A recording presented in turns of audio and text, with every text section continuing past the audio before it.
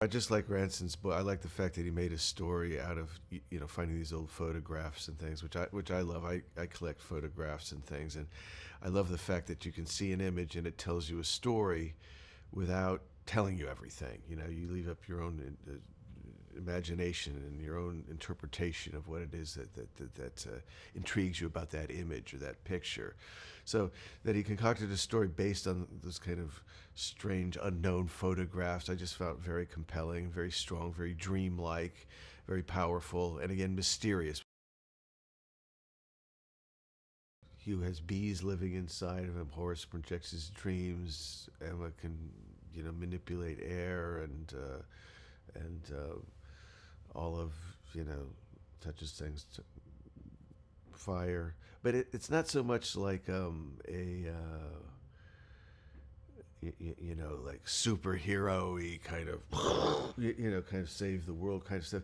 The thing I was intrigued about these is that it's sort of slightly anti-superhero in the sense that it's these kids are, the peculiarities are, some could look at it as powers and some could look at it as afflictions or something.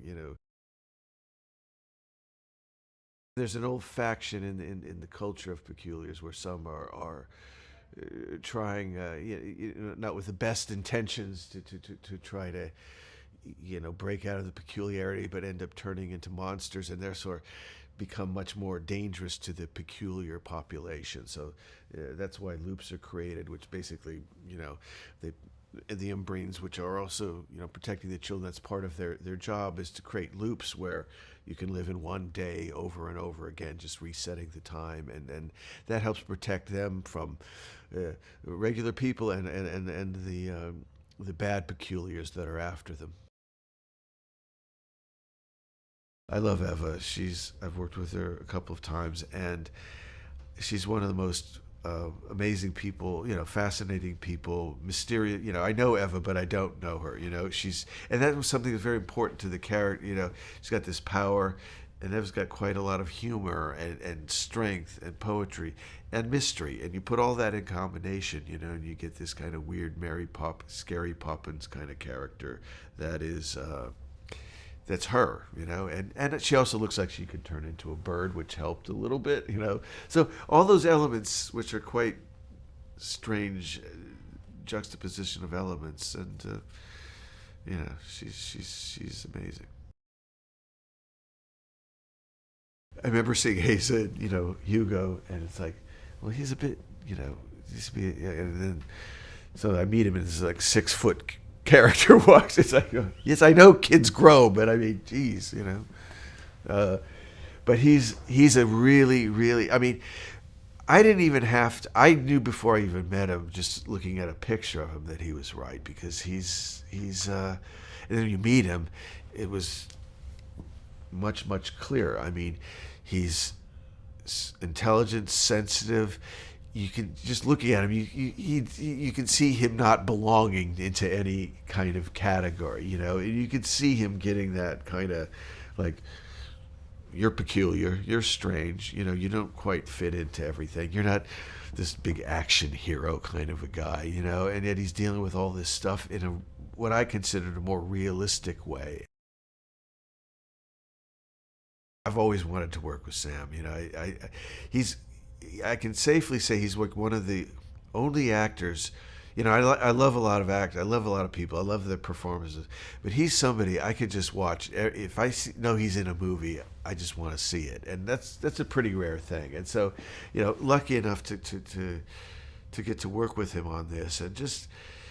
It's funny when you see people's performances and then you work with them, you see why you like them based on working with them, and he was just so, had ideas and good, comes in prepared.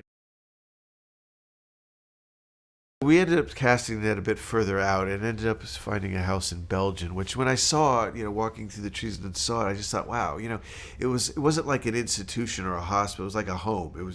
Had a weird, sort of strange elements, but all came together in a house, and it just felt to me like it's just funny. When I just saw it, I go, this seems like a home for peculiar children, So that was it. It's like when you cast an actor or whatever, it's just like, well, it seems right, and it was also a real house, which I think helped especially with the kids. I think it helps with anybody. You're in a real place. You get to feel it as opposed to, you know, see it at the premiere after doing green screen on it.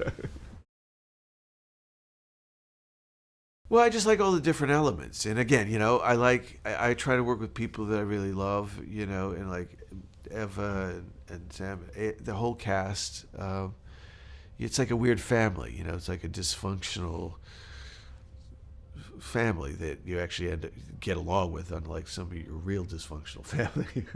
and I just feel like that was part of the spirit of the book. And when I saw the kids start bonding with each other, basically because they had to go to school when they were off set, but you know, that was very special to me. And you know, films do create that, but this one, because it's about kind of family and weird people, it made it even stronger to me in terms of like that connection of why you like making films.